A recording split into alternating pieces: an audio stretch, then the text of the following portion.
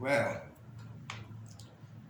yet another lecture, and I must begin by saying that it is quite a difficult time that all of us as a society are going through, uh, as though the whole this pandemic thing was not enough. Yesterday was a plane crash in Pakistan, so many people died. So, in this month of praying and fasting, this was yet another trauma for the nation to bear. So, in context of that, I was thinking about the topic that we were going to talk about today, and the most relevant topic that I came across in my mind was prayer. Again, a concept of prayer. And I wanted to analyze it with you. And I have had very restless night thinking of all those people who had so many hopes and so many desires, and just like that, their lives ended, uh, totally without expectation, totally having different plans. But yes, so they must have prayed. Everybody in that plane must have prayed to be saved. So I feel for them. I feel for the tragedy. It's a very heartbreaking thing. So prayer as a concept, what is it? What is prayer? We know that various religions in the world have given various methods of praying to people, but nobody, I personally think that wherever you go, whichever religion you analyze and whichever methodology of praying you concentrate on, it has moved from its original meaning, like many other words and many other concepts. It has moved from its original stance to merely a ritualistic happening. So prayer has become a ritual, whereas prayer in its real essence, something which is, which was the cause of this need to pray, or something else. So that something else we are going to analyze today, along with the presumed and implemented methods of praying.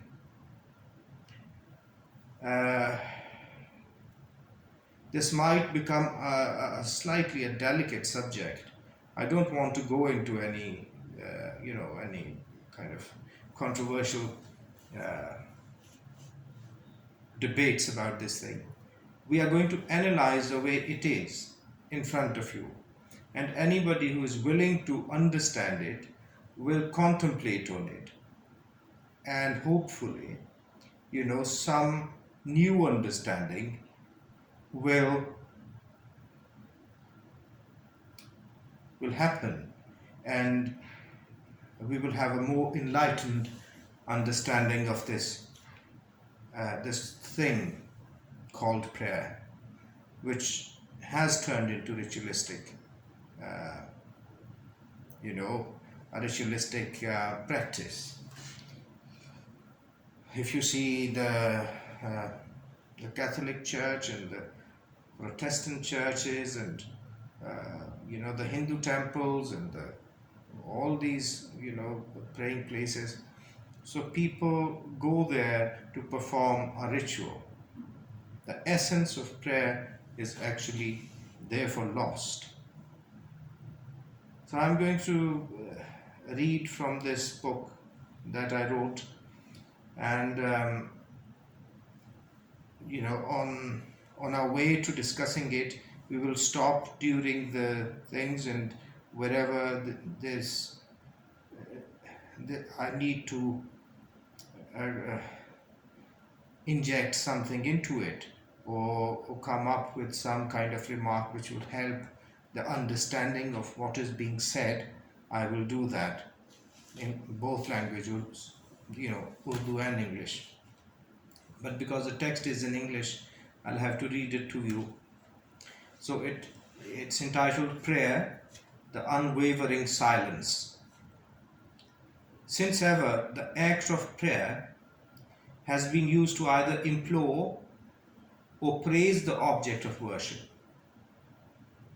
A stone, a tree, a mountain, an idol, or an invisible God, whatever it may be.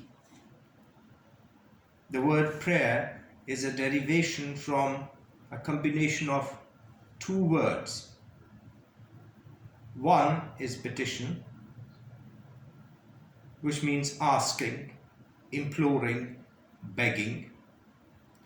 The other word is praise, meaning admiration, तारीफ करना, appreciation, glorification, etc. In many ancient hymns are ये वो गाने हैं, गीत हैं जो पुराने लोग, ये हमारे मज़हब बनने से भी पहले या किताबें लिखे जाने से भी पहले, हज़ारों साल पहले जो लोग पढ़ा करते थे, जो वो समझते थे कि अल्टीमेट पावर है, खुदा है, गॉड है, उसकी तारीफ में जो पढ़ते थे, उनको हिम्स कहते हैं. In many ancient hymns, one also finds that both functions are cleverly and quite subtly intertwined. So उन गानों में पहले वो उसकी तारीफ करते थे, उसको खूब अच्छी तरह उसकी मदासराई करते थे, और फिर उससे चीज़ें मांगते थे कि मेरे लिए ये करो, मेरे लिए वो करो. So this is quite an old way of praying, a presumed way of praying. So both these things were very cleverly intertwined in their hymns. First glorifying, and first, kind of praising the object of worship. And object of worship could have been various things. We know that इंसान जब जंगलों पहाड़ों में रहता था तो वो इसी तरह से जिस चीज़ से मरूब हो जाता था, जिस चीज़ से डरता था, उसको वो खुदा कहता था, और फिर कबीले उसकी उसकी परस्तिश करते थे, उससे दुआएं मांगते थे, उससे चीज़ें मांगते थे, और उसकी ये दोनों चीज़ें उसमें शामिल होती थी प्रेयर के रिचुअल के अंदर, कि तारीफ and asking for things. First, the object of worship is extensively praised and then asked for the fulfillment of desires, individual or collective. As I said, individuals used to pray in the collective, tribes and stuff. But if one really wants to explore the meaning of prayer, not through interpretations given by others, we discussed mind before and thought before, how we are affected by the external sources of information, and we own those sources of information, and slowly our mind is turned into a place of a reservoir of other people's thoughts and concepts. So we are talking about your reality. We have emphasized throughout the lectures the importance of the individual understanding beyond all this which is known, hence the title Knowledge and Beyond. Knowledge is the territory of the known, the borrowed knowledge from other people. Knowledge means borrowed. And then there is something beyond it, which is not in the territory of thought, of your memory, of your mind. It is something beyond it. So we will slowly discuss about it. But if one really wants to explore the meaning of prayer, not through interpretations given by others, but by raising this inquiry in the depths of one's own being, then one is bound to find out that prayer is a negation of both petition and praise. So you have the two elements which constitute prayer, the ritual of praying since the historical times, they have to be dropped. There is no praise and there is no petition, because both these elements project the existence of ego. Now, this needs a little bit of clarification why I said that. If you're asking somebody for something, even if you're asking it for another third party, for example, I pray for my nation, I pray for my tribe, I pray for, my kind of religious brotherhood. So that implies an ego. First, I have identified myself as part of that group. Then I am praying for that group, with this understanding, or this kind of a devious way of undertaking this prayer, by feeling that I am doing a selfless thing. But that is not selfless, because self is there. So anything which actually incorporates this thing, that you're praising the other, praising the object of worship,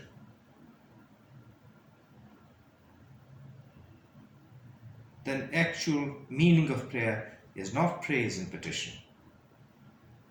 It is not praise and petition.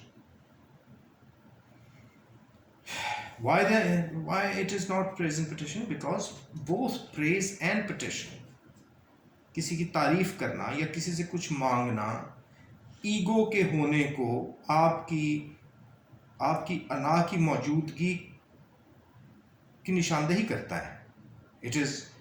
It is a clear proof of the fact that ego exists. So, and we have very thoroughly discussed ego before, because the construction of individual, how it is made, and we will continue to do that. But ego is separation. Ego means separation. And in that separation implies separate interests, separate fears, separate desires, altogether a separate identity. So that is ego for you. And ego can be individualistic. It can be your individual ego, your own, आपकी अपनी अना जिसको कहते हैं, इनफरादी अना. फिर बड़ी अना होती है, उससे बड़े वाली, मसलन ये कम्युनिटी की, मुल्क की, a special kind of profession. कोई वकील हैं तो उन्होंने ग्रुप बनाया हुआ है, कोई डॉक्टर्स हैं तो उन्होंने ग्रुप बनाया हुआ है. So this is because you want to identify with your group. You find that you become more powerful with forming groups. Now, many people would say that, human beings have been living like that for years and years, and this is actually a part of the human anthropology, that, they come together, they live in tribes. Yes, okay, fine. We are not talking about how history has progressed. We will come and, with a different topic, we will discuss how anthropology has developed and how people have formed tribes and how the original and actual psyche has been molded, and it has been kind of made to adjust the actual overall concept of social existence.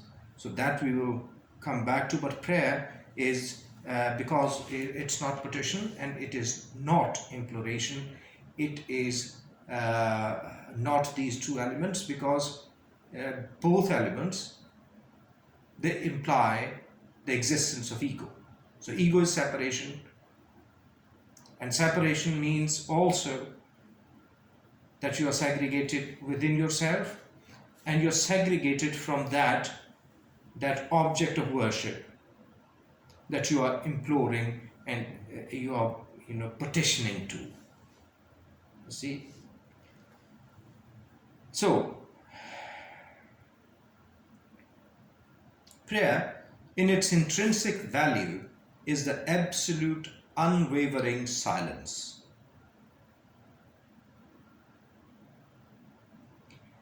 Prayer, in its intrinsic value, is the absolute unwavering silence.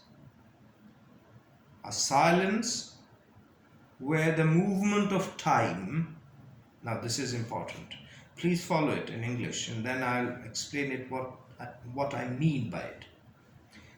A silence where the movement of time through the past, memories, accumulations, etc., etc., and just before transforming into the future, just before, desires, hopes, aspirations, transforming into these elements, meets its cessation in the now. And this now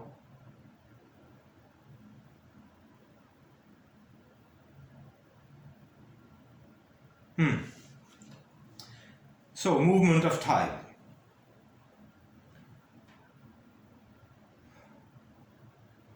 We discussed in the previous lectures that your memories and your accumulated knowledge is the segment of the past. They are the creation of your past.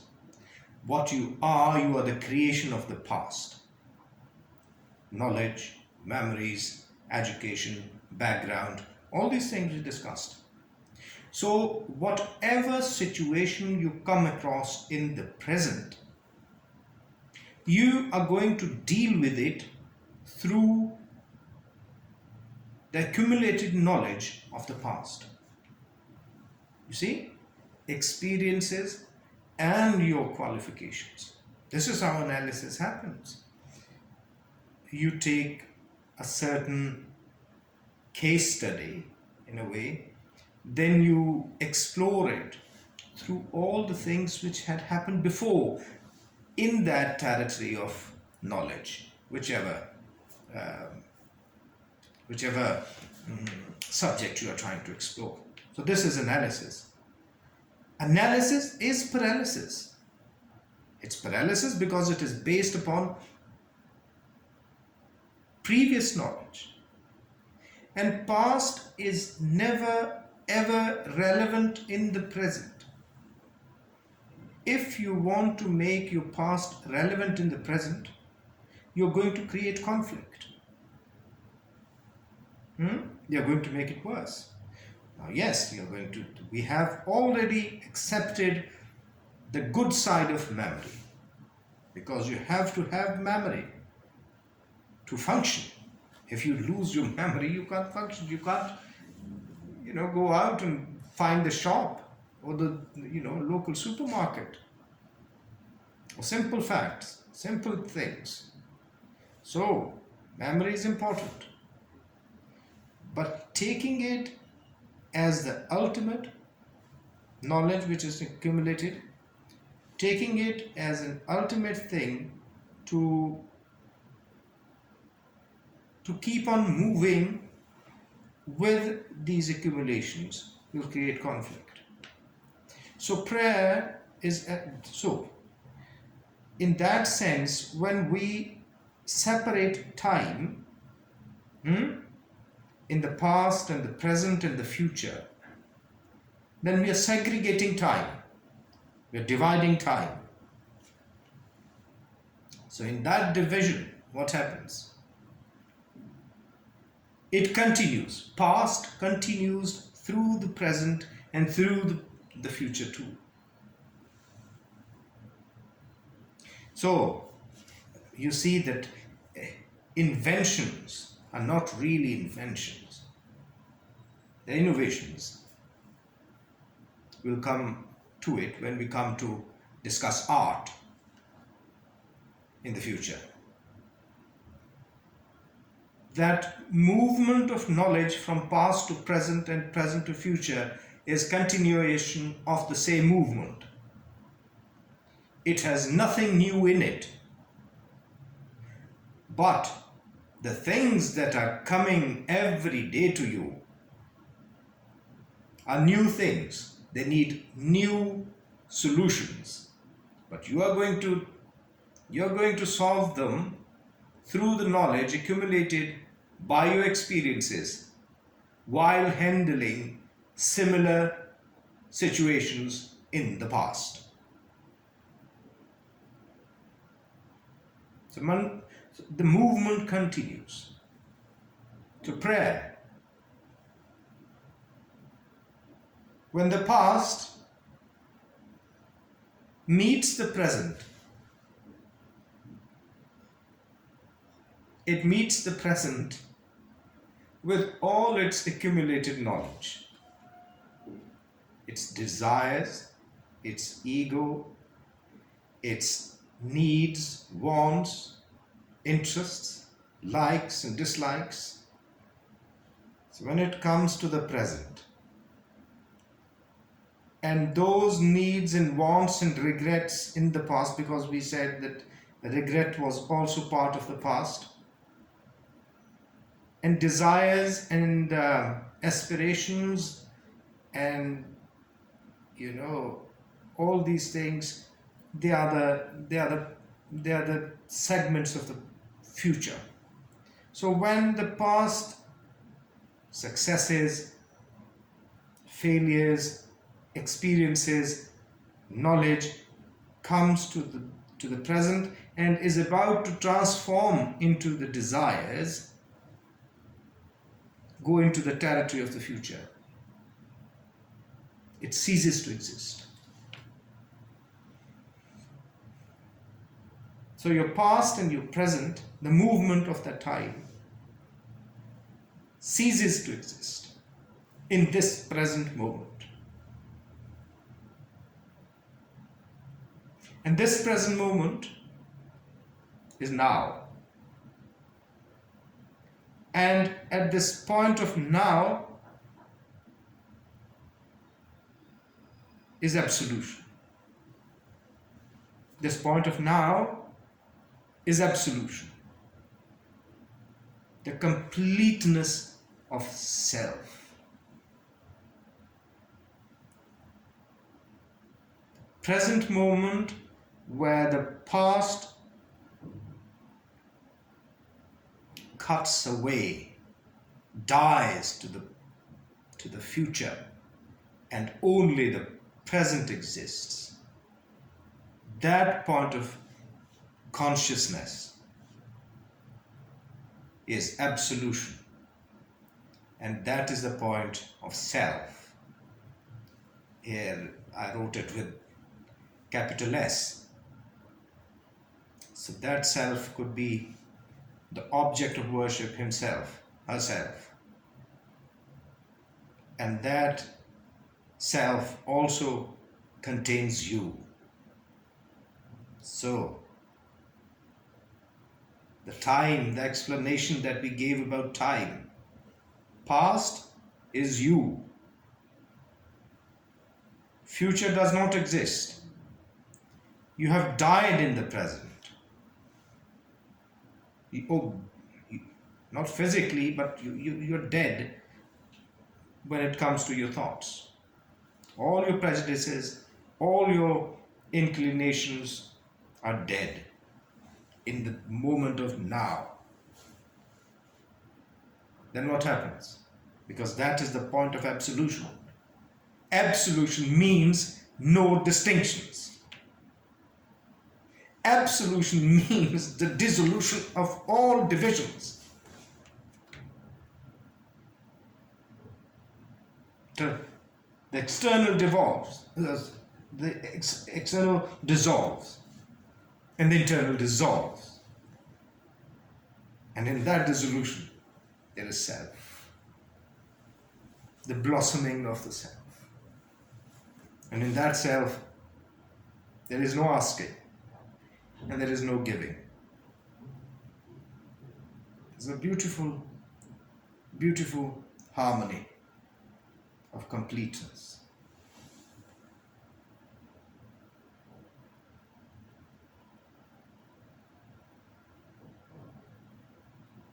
And there is another thing that it implies, this togetherness. This togetherness implies that one is everything. One is omnipotent, omnipresent, everywhere, same time. So, when you become so powerful and your inner self has come to that point, not achieved. Achieved is a bad word. So you have come to that point where the movement of time has ceased and the self has emerged. So you are omnipotent.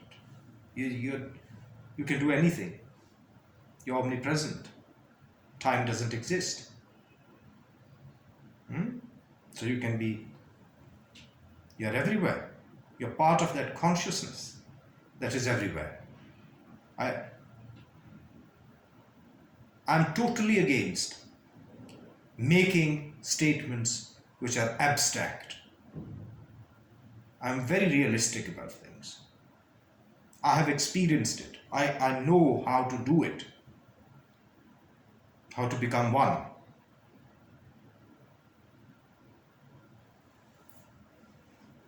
So, I'm not talking about anything which is impossible, abstruse, kind of, something which is, ununderstandable, mythological, some kind of, beyond thing. It is reality. And that is the point of prayer. Please consider, and I'll meet you again with yet another topic. Thank you very much for listening.